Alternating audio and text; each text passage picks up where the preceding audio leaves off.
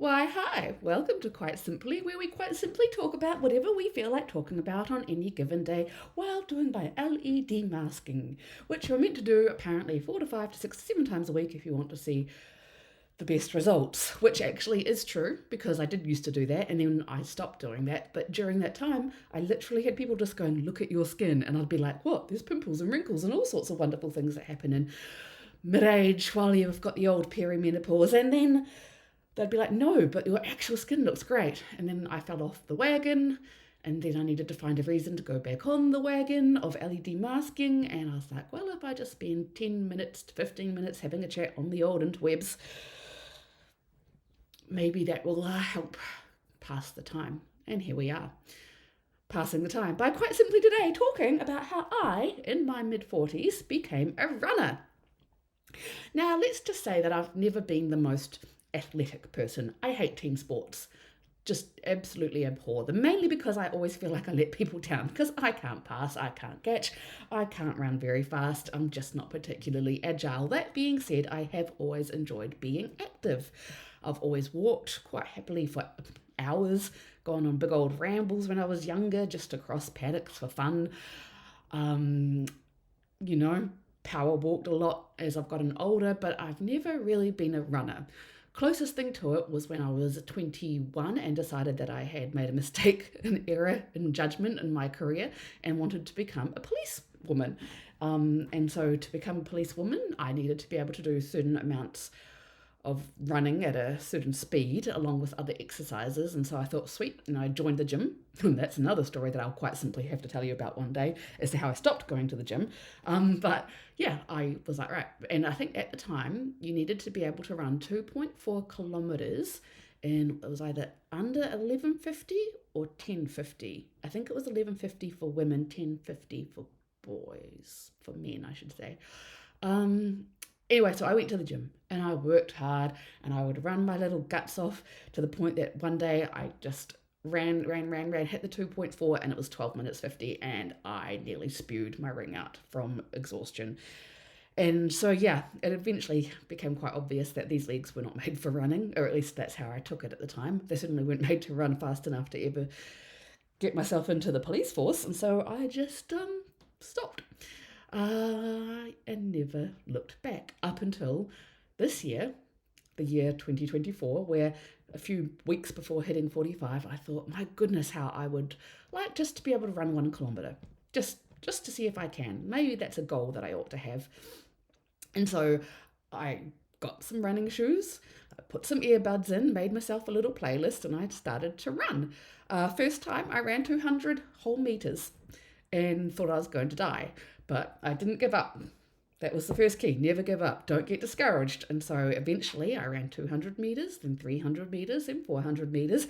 And then I did the 500 meters. And on the return way, because I was just going from one area to back, I forgot that there was like little wee slopes that pretty much killed me. And it took me, a good few weeks to be able to get over those slopes and without stopping.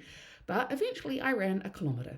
And this was even before I hit 45, and I was very proud of myself. So I thought, let's just see if we can run two. Actually, no, it was let's just see if we can do 1.5, and I did eventually, and then two, and then three. And then at some point, I got the running bug. Like, I actually stopped finding it. I mean, it was always horrible. It still is horrible. I'm not going to sit here and say that I'm a runner. I love running. I have the best time. I don't. Every step, I'm like, what are you doing? But now that I've reached a point, I don't want to go backwards in that running journey, so I have to keep at least trying. But yes, I'm skipping forward. Let's rewind back. So yeah, I got to a point that I was able to run 5 kilometers, and once I hit that, I thought I'll go do a park run. So I did a park run. Can honestly say, not the. I mean, park runs are beautiful. They're fun. They're great, but I just really don't enjoy doing things with people, which is probably why I'm sitting here talking to you on the internet by myself. I'm talking to a computer, might not even be talking to anyone. I'm not even looking at stats at the moment because what would be the point? This isn't really about trying to get famous on the interwebs. It's just me masking in my room. Quite simply that. Anyway, back to where I was at. So yeah, I did a park run. I did two all up. And I might go do another one day, but it wasn't my thing. But I did want to be able to run more. And here's the funny thing about once you become a runner, your other friends who are runners, like, you can come and run a half marathon, you can come and do this. And I was just like, I don't want to do any of that. But that didn't mean that I didn't want to find out if I could, if I chose to run that long. So I started racking up the Ks, going 3 times a week, between 5 to 10 kilometers. Eventually I was doing 11, 12, 13. I hit 14 and my whole body fell apart. And that's because during all of this running, I never did strength training.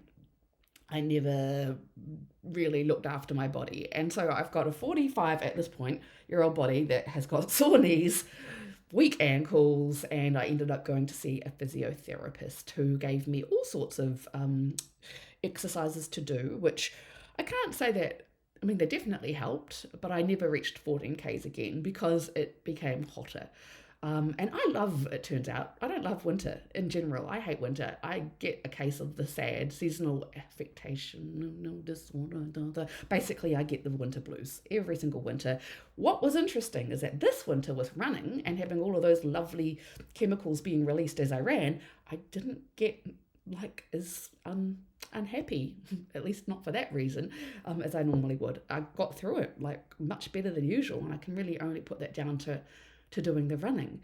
And it turns out that when it's really cold outside, and then I think they say something like you heat up about 10 degrees Celsius more when you're running, you're going out and it might be 10 degrees outside, and by the time you sort of got your run on, it's 20 degrees, and it's actually really pleasant. Apart from the fact that my body is protesting the fact that I'm making it move for an hour, it was nice. And then sometimes it would rain, and it would be really nice because you could just tip your head up, stick your, nearly did a naughty word by accident, stick your tongue out, get some water, keep on going. It was good fun. But then spring came and it just got hot. And so now it's summer and I am running still, but I'm only running between 2 to 5Ks because it's 17 degrees outside when I start, and it's just hot and it's uncomfortable. But I'm not going to stop running because I have worked so hard to become a runner. I don't want to go backwards. I never want to go back to the point of running 200 meters and nearly dying. I actually kind of do. I enjoy the challenge of actually getting it done. And I think that's it. My body has never felt comfortable as a runner. For me, it's not natural. I'm better at yoga, I've got a bendy body and it quite happily goes into yoga positions without much protest. Whereas going dun, dun, dun, dun, it's hard for me, which is why I have to have a playlist. And in fact, if you ever want to take up running, I would absolutely encourage a playlist. I put on music that I enjoy. Some of it, I've got my fast running playlist, which does help me go a bit faster. I've got my slow running, which is for when I'm going longer and have to try and convince myself to slow down because I naturally go fast, 1,000,000 miles an hour in pretty much everything I do. But yeah, get a playlist, get some earbuds. I've got ones that hook over my ears because little earbuds pop out all the time. You don't need to have anything fancy in the way of what you wear. I just went into the Skechers Skechers factory store and bought a bunch of $10 tops and shorts, and they're perfect. They've got a nice deep pocket and they aren't so tight that they show all my lovely lady bumps and lumps and whatnot. And other than that, yeah, I need a good supportive sports bra because otherwise I'd be getting black eyes. So I have that. And then I got some good shoes, but I made sure that I got good shoes with good reviews, half price, because I wasn't going to spend a fortune on decent shoes if I was only going to be a runner for a wee while. But now I think I am a definite runner. I think my next step will be going to one of those fancy stores and going for a run on their machine and getting shoes that fit a little better, because I do find that I get blisters and I have a pronation. My knee goes inner. According to my physio, so I probably need to get some shoes that are a bit better if I'm going to continue this journey, which I am, because the goal will be come winter when it is a far more pleasant running experience to try and get that mileage up again with the, why do we say mileage and not kilometerage when we talk about kilometers where I live? Anyway, blah, blah. I'm going to try and get those kilometers up again, and the goal will be, I want to be able to run a half marathon by myself with nobody around me, because I enjoy that. I prefer just to go for a plod, say hello to the animals that I meet on the way, kiss the sun good morning, because I always like to run first thing in the morning. Have tried afternoon, suck at it. Have tried evening, suck at it. I'm a cup of coffee down the hatch, off we go, ding, ding, ding, ding, ding. And I don't bother with any gels because, I don't know, maybe in summer I would need it. I'd be sweating more. I mean, I sweat a lot even in winter, but I've been able to run that long without extra sustenance.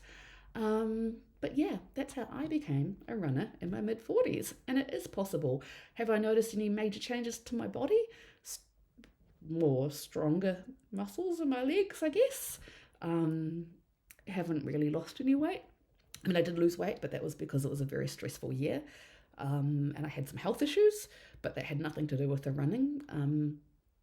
Probably helped a little bit. But to be fair, now that I've dealt with those issues, I'm back to what I was when I first started running. So, yeah, no, I wouldn't say that it's changed anything there.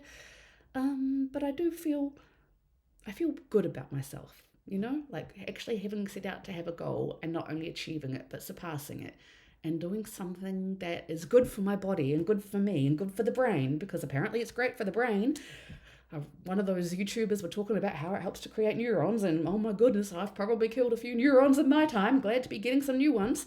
Yeah, and all in all, would recommend 100%. Give it a go, unless you can't. Always talk to a doctor first. I am not a doctor, not a health professional, just a lady on the interwebs having a chat about how she became a runner, and then had to go and see a physio because I probably should have done that first. In fact, if you are going to do anything like that, do talk to a health professional first. Make sure you're not going to do what I did and just break yourself at a certain point because you just pushed it without really learning the ins and outs of your own body.